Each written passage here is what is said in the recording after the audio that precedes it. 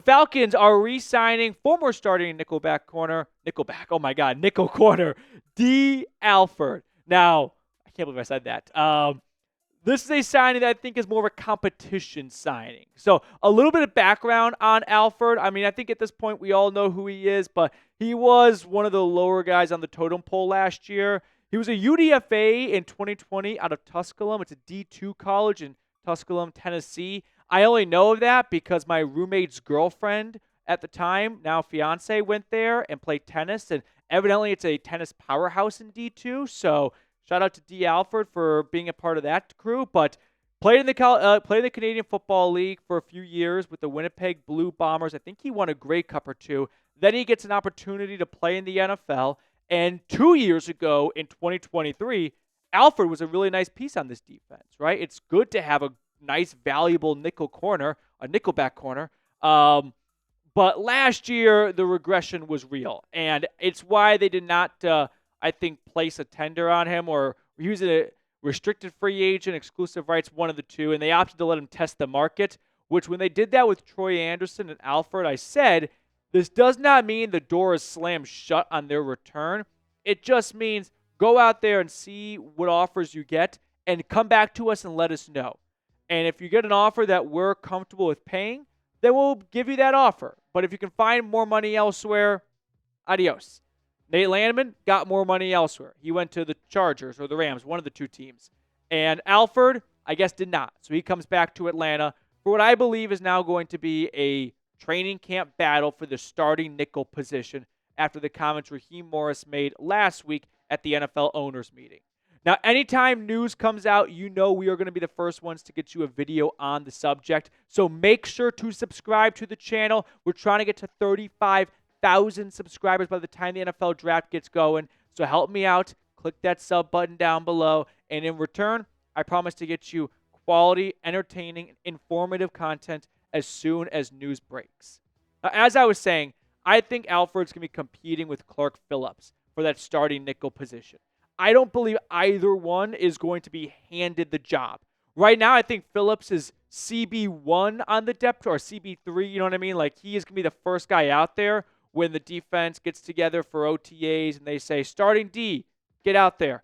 I think it's going to be Phillips who goes out there with Terrell and Hughes. But I think we're going to see a heavy rotation between Clark and Alford, who, like I mentioned, last season, 11 pass breakups, so you'd think, oh, that's a better season than 2023. It's also worth noting that he got targeted way more because he was giving up a lot of yards, and so with the more targets come the more opportunities to get pass breakups and things like that. But for anyone that watched this team even semi-closely last year, you were definitely on the same page of, yeah, Alford's a little bit of a liability in the secondary at the moment. So I'm not opposed to the re-signing.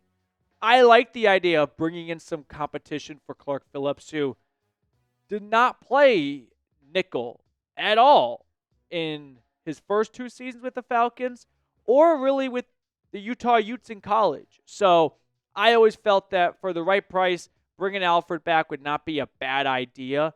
If it doesn't work out, okay, you've got a decent depth, backup corner, someone with starting experience who, if an injury pops up, you'd probably feel more comfortable with that guy going on the field than, some day 3 draft pick you've never heard of. Yeah, thank you, Reed. You can look at Clark Phillips' snaps and where he took them in college up at the bottom and in the pros up top. He's only taken 36 snaps on the inside. So I think hedging your bets a little bit and bringing back the guy who used to start there but regressed is an all right thing to do. So this will get my stamp of approval because it's not going to be a major signing or a high-level signing. I've not seen the contract details as I'm filming this right now. I would estimate 1 year, $3 million max, maybe even like $2.5 million. It's not going to be a big groundbreaking contract or anywhere near that. Now, while we're just talking DBs in general, I thought we could kind of make this whole video about what's the Falcons secondary going to look like in 2025. I know that might not be the most captivating subject, but every once in a while, I don't think it's a bad idea to actually talk about the team and not just talk about players that could be on the team. So Hughes comes back as well after I thought, some good years with the Falcons in 2023 and 2024, especially last year, the way he started. If I switched, here, quick test here. If I switched Hughes's and Terrell's number, how many of you guys would say Mike Hughes was the better corner? I think a lot of you, for the first few weeks, would probably say that if he was wearing 24. And that's not a slight against Terrell, who I thought had one of the better seasons of his career. Finally got back in the interception column, 2 picks, 6 pass breakups. He gave up a pretty average 587 yards and 4 touchdowns. Like, not true lockdown stuff, but not a liability either. But the way Hughes started the 2024 campaign, he was looking very good. Now, as the season wore on, it wasn't quite as wonderful as early on in the year, but I think this cornerback room, you've definitely got some good continuity, and worst case scenario, got kind of an average CB2 and CB3, and that's not the worst case to have in front of you. Now, I would not look at this and think, all right, Atlanta's not going to go corner in round 2. There's a possibility they brought back Alford because they feel like, hey, the guys in round 2 we're not really liking a whole lot, but that seems like a little bit of a stretch to me. I think they brought back Alford because they just wanted to have a little bit of extra competition for the inside job. Now, before we move on to the rest of today's episode and continue to talk about the DBs and whatnot, quick shout out to our friends over at Factor. Make this your best season yet with nutritious 2-minute meals from Factor. Eating well has never been this easy. Just heat up and enjoy, giving you more time to do what you want. Factor powers your day with satisfying breakfasts, on-the-go lunches, premium dinners, and guilt-free snacks and desserts. It's easy to savor more this spring. Factor meals pack in the flavor with none of the fuss.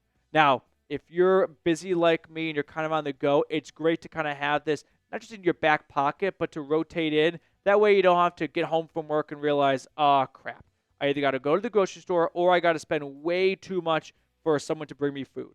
So get started at factormeals.com/FalconsChat50off and use code FalconsChat50off to get 50% off plus free shipping on your first box.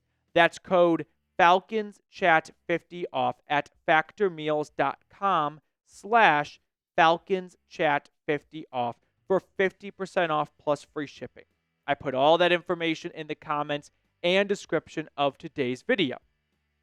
So getting back to our DB conversation, how about the safety room for a moment here? Because they made a new signing, this was a few weeks ago, in Jordan Fuller, and he replaces Justin Simmons, who I think is very unlikely to return, with Fuller and Bates now kind of slotted in to be your 2 starting safeties. However, beyond Fuller, there's a little bit of depth concerns. We saw some good stuff from Helms, a former 7th-round pick from Alabama in year 1. Missed him all of 2024. But even then, we're looking at 3 safeties for a minimum 4-man job, and there's questions for everyone but Jesse Bates, if I'm being brutally honest, because Fuller was not signed to this mega contract, right? Played with Raheem Morris in LA for a bit. Then he goes over to Carolina last season, misses half of the year, but when he was on the field, he was an average starter. So I think there's a good amount to like with Fuller and what he can offer you for what you're paying him. Like, great value, good bang for your buck kind of thing. But I don't think this rules out Atlanta looking at a safety in the draft, because Helms is like a 2023 kind of I wouldn't say fantasy because it's real, but we're probably building up in our heads a little bit more than what he may turn out to be, and we're setting ourselves up to be disappointed if we have these sky-high expectations for him. So I'd like to see the Falcons target a safety in the draft, although with only 5 picks, they may not get around to it. So to recap, just kind of looking over the entire defense here from front to back, this is your current front 5, and I think all jobs except for Onyemata and Floyd are up for grabs. I've got these guys as starters, but there's no reason why Braylon Trice can't go into training camp and knock off Ebiketie. Same goes for Morgan Fox, who came over from the Chargers. Why can't Zach Harrison lose his starting gig to Kareem, who I thought had some really good plays and games down the stretch last year after getting elevated to the active roster?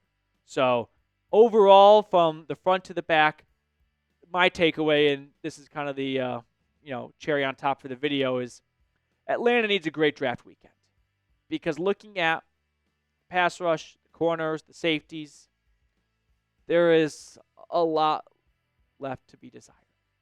And when you review the offseason they had and some of the notable additions and subtractions, did they get better? I mean, they swap out Grady Jarrett for Morgan Fox, swap out Judon for Floyd. They swap out Nate Landman for Divine Diablo and Simmons for Fuller. Man, you can make arguments that they downgraded a lot of these spots here.